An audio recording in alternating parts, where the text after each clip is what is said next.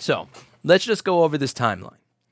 Apple releases a product with a defective keyboard. And in that product that has a defective keyboard, not only does the keyboard just not work when you type on it after a certain amount of time, that's also the model that's known for the FlexGate issue, where if you open the screen past this, it stops working. So you created a $3,000 laptop in 2017 that you can't type on and you can't open. Then you told people if they were having problems with a defective product, they should consider spraying compressed air into it. Then after that, you released an extended warranty program that replaced those defective keyboards with other defective keyboards. You then continued to sell the machine, knowing that it had these defects, knowing that it was broken, would still have it on the shelf at your store for $3,000. And then when you finally fixed the problem in the next year's model so that it wouldn't fail, you had the audacity to call a working keyboard in 2019 magic.